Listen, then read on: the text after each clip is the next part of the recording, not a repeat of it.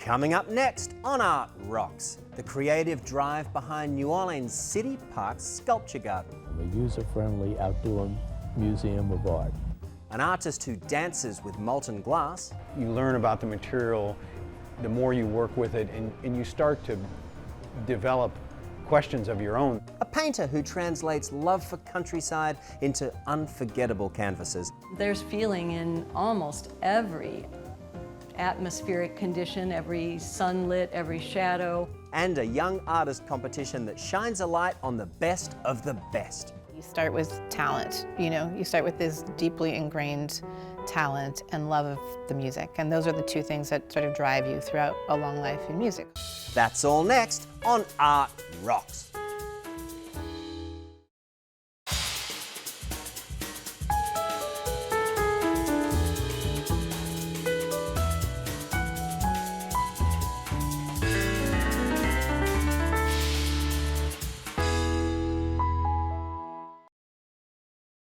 Art Rocks is made possible by the Foundation for Excellence in Louisiana Public Broadcasting and by viewers like you. Hello, I'm James Fox Smith, publisher of Country Roads magazine, and this is Art Rocks. The Sydney and Walda Besthoff Sculpture Garden in New Orleans is one of the city's most popular attractions for tourists and locals alike. Occupying 5 acres of ground surrounding the New Orleans Museum of Art, the garden invites visitors to experience more than $25 million worth of exciting and sometimes challenging 3D artwork. Steel makes this garden grow, as well as bronze, copper, and granite. Welcome to the latest attraction to invade New Orleans, the Sydney and Walda Besthoff Sculpture Garden. So this is a user-friendly outdoor museum of art? It is. I think that's a very good term, a user-friendly outdoor museum of art. K&B drugstore magnate Sydney Besthoff and wife Walda began collecting sculptures in the mid-70s for the corporate headquarters plaza located at Lee Circle. It had one sculpture on the plaza, a big Isamu Noguchi fountain, which wasn't working, and I thought it would be nice, A, to get the fountain working, and B, to put up a few other pieces to keep it company. And that started me off. The collection grew to 40, but the statues needed a new home after the family-owned retail drugstore chain sold their 184-location empire in 1997. Besthoff, the New Orleans Museum of Art, and City Park teamed up to create this 5-acre park adjacent to NOMA. And the sculptures themselves are world class, and by themselves they would look great, but in this setting the sculptures look great, they complement the landscaping, so the whole thing is greater than the sum of its parts. This is the oak garden side, and this is basically the contemporary side of the garden, the newer pieces done by relatively contemporary artists who are still alive.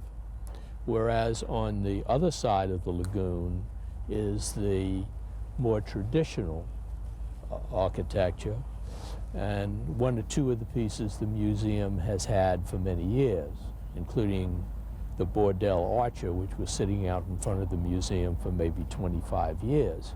We have on the other side of the open area here a horse done out of detritus, flotsam and jetsam from the Missouri River, collected by a artist who then put it together and cast it in bronze. It's beautiful. Fun for the kids to climb. How about the spider too? Kids climb that? I've seen kids try, but it's a little hard. The spider is a big favorite, and it really looks like it just dropped down out of the oak tree and is walking across the lawn. In fact, I tell the kids the 4 male nudes that are in the distance are running away from the spider.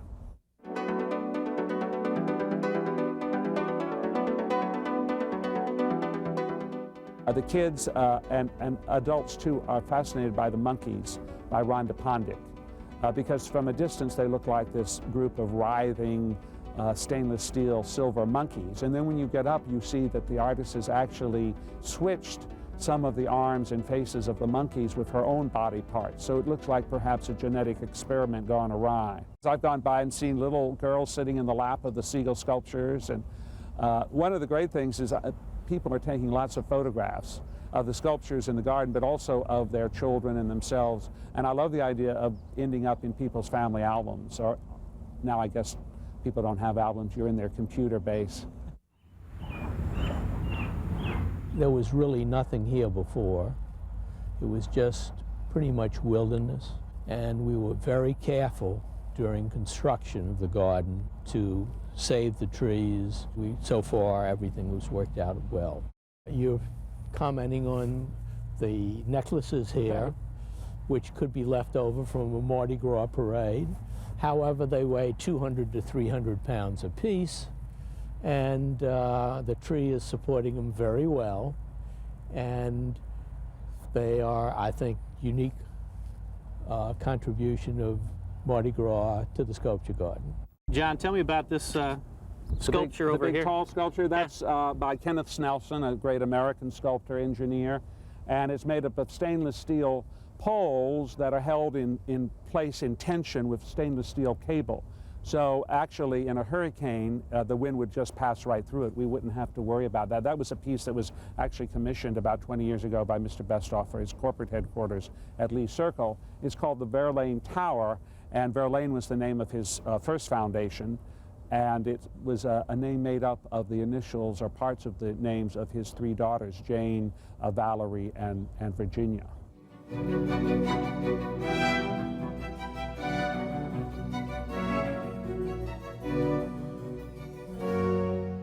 We hoped that it would invite people who would not ordinarily visit a museum to come walk through the sculpture garden and then eventually go to the museum as well. You can touch the sculptures, but there's a variety here. So if you don't like this particular piece, wait till around the bend, there's one that you will really respond to. I'd previously collected paintings, mostly photorealist paintings, but when we started doing the sculpture on the plaza, I knew immediately that that was a good way to go, and I had no idea many years ago that this would turn out this well.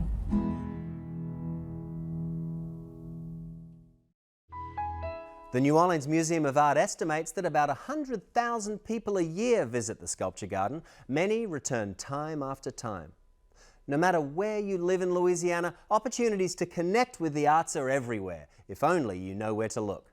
So here's a list of some cool adventures in art, music, and the festivals coming up around the state.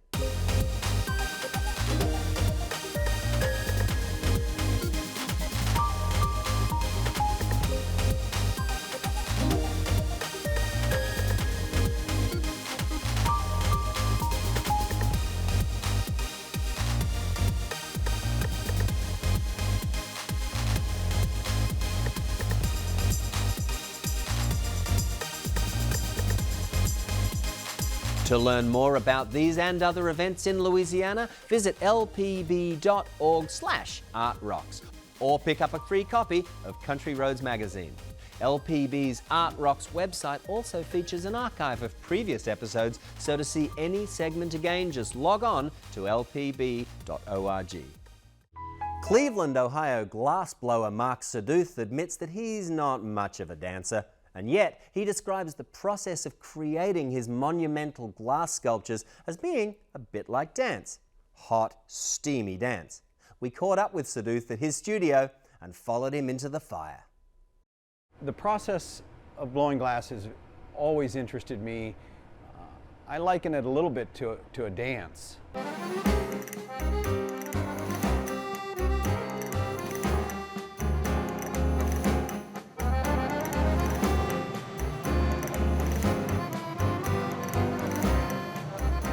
Moving with the pipe or with a partner, in the sense that that hot glass comes out of the furnace. It's interesting that you blow a piece and shape a piece from beginning to end without ever really touching it with your hands. We use jacks, which are a tong-shaped thing for squeezing down the neck, shaping the piece. I use a wooden paddle made out of a fruit wood, usually apple or cherry or something. The fruit woods are absorbent of water, but they're also hard enough that they don't burn up real quick. So soak that fruit wood in water, paddle the shape, move the molten glass around. I also use some shears, a diamond shear and a straight shear, to do particular cutting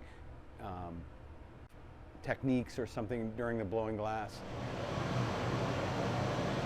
The Marver table is a steel table that we roll the glass on. It's used for shaping and also for cooling. Blowpipe, of course, steel tube or stainless steel tube with a mouthpiece on one end and a head on the other end, goes into the furnace, gathers the molten glass out that it's shaped on. So it's about a 5-foot stainless steel pipe. And also punny rods, which are the puntil or the punny, which is the rod that we transfer the piece to once we've blown the piece. So it's transferred to finish the top of the piece. We use gravity, we use centrifugal force, we use tools to impact the glass, but we don't really touch it with our hands. Glass is basically 70% silica sand, soda ash, and lime. Those are the three major glass formers. You put those together and add heat, you would get some sort of a glass. When you blow in the blowpipe, you're expanding the piece. It doesn't take a lot of pressure. Some people think it must be really hard to blow. Well, it's only hard to blow if the glass is cold. If the glass is hot and molten, it moves very easily, so it doesn't take much effort to blow it. There are times when you blow a piece out colder. There are times when you blow a piece out super hot, depending on what result you want in the end. So, and then people are always afraid that, oh my, you don't want to suck on that blowpipe. Well, it doesn't do anything. It just flattens the piece. So it's not like you get your lungs burned or anything. It's a pretty safe process.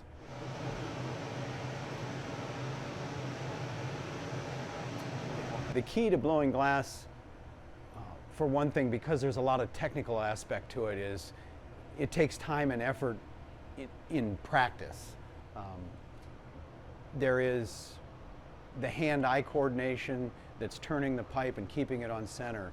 There is the knowing how hot it is, and you take visual cues, you take physical cues from the rotation of the pipe and how that glass is reacting on the end. You know when it's really hot, it's moving quick and it takes quick hand movements. When it's moving slower, it's a little slower and more deliberate. You can also see that in how much it flops around. You can see it in the color of the glass. When it's hot, it's more orange. As it cools down, that goes away. So it takes all of those physical and mental attributes to blow glass, and you couple that with lots of experience. You don't set out in a year to start blowing like maybe a goblet we could consider as more sophisticated. So you don't do that right off the bat when you're blowing glass. It takes a while.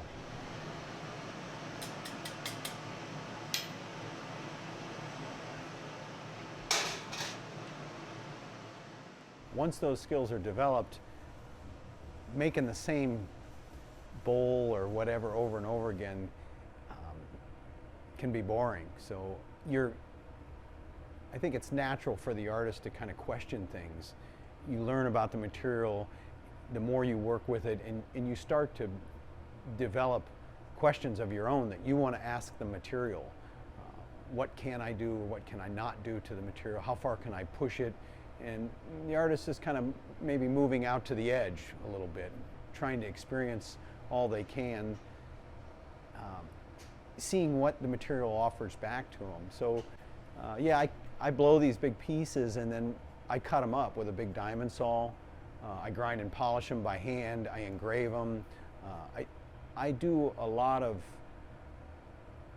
looking at glass and that shiny quality surface, doing some sort of articulation on that surface to draw attention to it. This nice concentric form that's this big around, and you slice off the side and all of a sudden maybe that impresses that circle a little bit more or makes more of a point of it.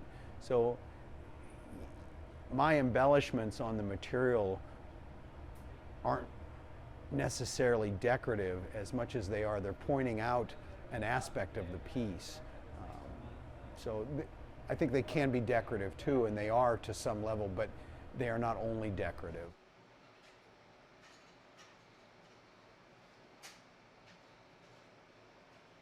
I'm looking for something that can have a response. People can look at it and have some feeling over it, not maybe more than, oh, that's pretty or that's beautiful. Of course, I don't mind something like that, but I think it needs to invoke a little bit more than that from someone.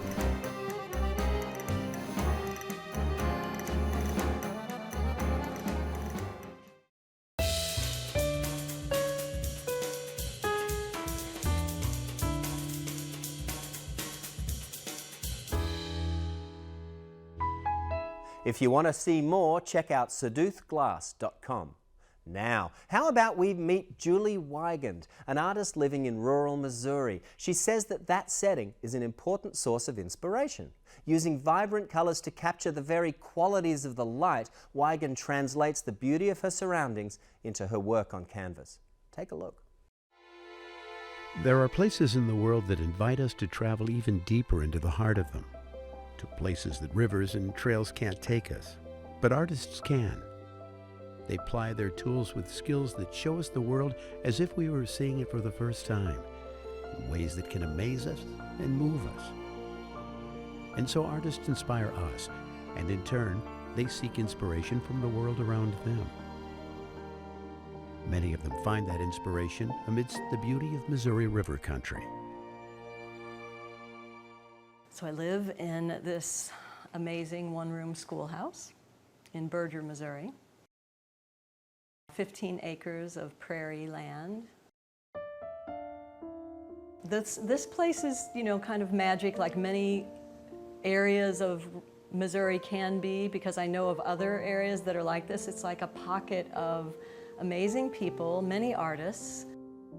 I mean, Herman alone is the most amazing town just in its development. And then New Haven, we have two. We have, we're like sandwiched between two rather amazing small towns. Sometimes I'll do paintings of my view to the east in the early morning with the distant ridges often in blue and violets and all these amazing with the mist, I actually like the humidity even because it just gives atmosphere. It truly is atmosphere.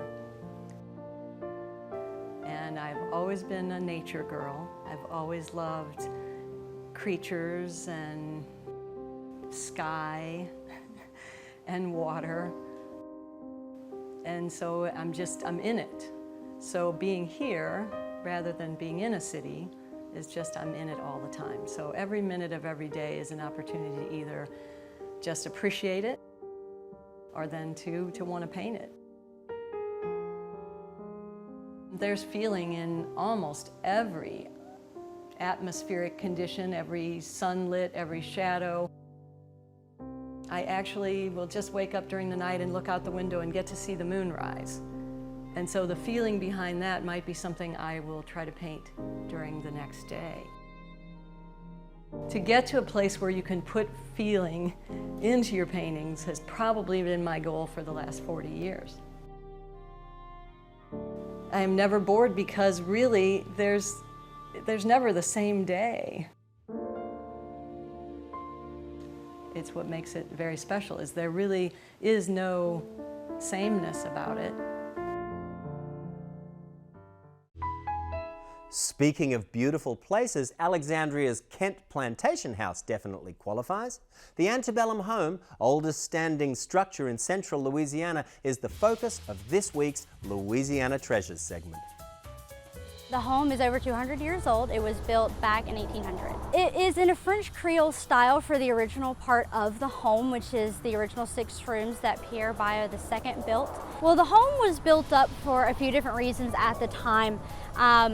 They did have levees on the bayous and the river, but not quite to the extent that we have like our locks and dam systems today.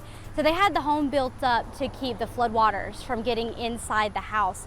It also helped with mosquitoes swarming. They don't swarm 14, 15 feet in the air. And it also helped by having it built up higher, that any breeze was caught underneath, and it tended to help to keep the home cool. Another way they kept the house cool was by having their doors and windows right across from each other. So the home, you have one room, and then on either side of the room you have a door and a couple of windows that are directly across. So it helps to have that cross breeze that goes through the home. And then the second owner, Mr. Robert Henson, added on 2 rooms of the home in the 1840s in a Greek revival style. The 2 rooms on the very end, the 2 little veranda looking places there on either end of the front porch, are the rooms that were added on. So the original part is basically where the porch is in the back. There are some very interesting pieces in the house that we have not had anyone say they've seen in any other plantation home, from our sewing desk to one of our settees that we have in the parlor. There are only 2 of our outbuildings that are original to the property that we know of. That would be the milk house and the carriage house. Though the rest of our buildings came from other local plantations that unfortunately no longer exist, from specifically the Augusta Bayou side and the Eden plantation, which were really not that far away. Now, the sugar mill is actually a reproduction building, as well as our blacksmith shop. These were rebuilt because we depict before the Civil War here at Kent House, and during the war, these particular structures were destroyed systematically to keep plantations from being able to operate and to get at their iron deposits. Pianist Lara Downes wanted to create a program that would give young artists a platform on which to develop the skills and experience to become great performers.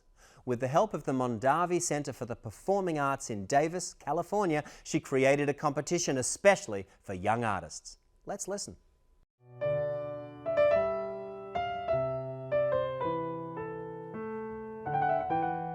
Being a musician is a couple of things. Obviously, you start with talent. You start with this deeply ingrained talent and love of the music. And those are the 2 things that sort of drive you throughout a long life in music, hopefully. I mean, I'm a classically trained pianist. And my training was very immersive. I think that at the core of everything that I do and of all of my experience throughout my training and throughout my career is the central fact that we have a limited audience for this music. And so you can address that in a lot of different ways, and I choose to address that both in how I present my music and how I speak about my music and how I teach about my music, just sort of reaching out about the music to audiences, to listeners, to young people, and building audiences to nurturing the next generation, both of musicians and of listeners. I want to thank all of the young musicians who entered the competition this year, those who are here today and those who are not, those who are around the country. The Mondavi Center Young Artist Competition is a national program for young musicians ages 12 to 22. And it's a 3-step process. We have first preliminary auditions, which are recorded, submissions in the fall, and then we travel around the country and hear semi-finalists who pass that first round in major cities all around the country. This year we went to Los Angeles, New York, Cleveland, and here in Davis. This is the 8th year for the competition. It's really fabulous to see the kids grow. I sit there in the audition room and it just, oh my gosh, I'm just thrown back to my own days, doing auditions and competitions, and aware that it's such a hard thing, to go into a room and you've got 5 minutes, maybe 10 minutes to show everything you can do. It's a lot of pressure to be developing a sense of who they are as musicians, because we're not all the same. We each need to find our own voice and our own strengths and develop those. So from then on, it's just been growing steadily year by year, and went from a very small local thing to something that's now a national program, and is really having a wide reach and I think a deep impact, which is so gratifying. But I think we've identified what's unique about the program and where our strengths are, and we're seeing the impacts that we're able to make. We're hearing, every year I say, oh, the level this year is is even better. And then I hear myself say it, and I said, well, I said that last year too, but in fact, you know, the visibility of the program is increasing, and so we're just hearing such talented kids. It's just exciting. I think where music competitions can fail is in not having follow through. So one of the main goals and one of the central points to the vision of the Mondavi Center competition is follow through, and really continuing to serve as a support and a touchstone for the young people who come through here.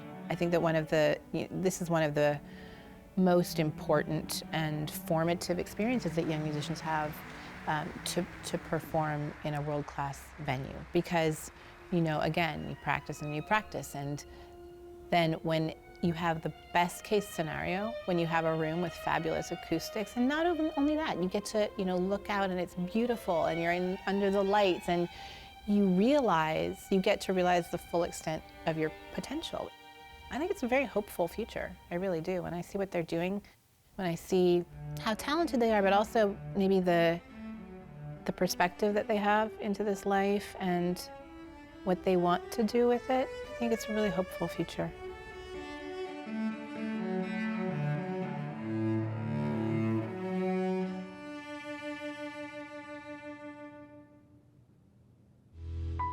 And that'll do it for this edition of Art Rocks. But remember, you can always catch episodes of the show at lpb.org/artrocks.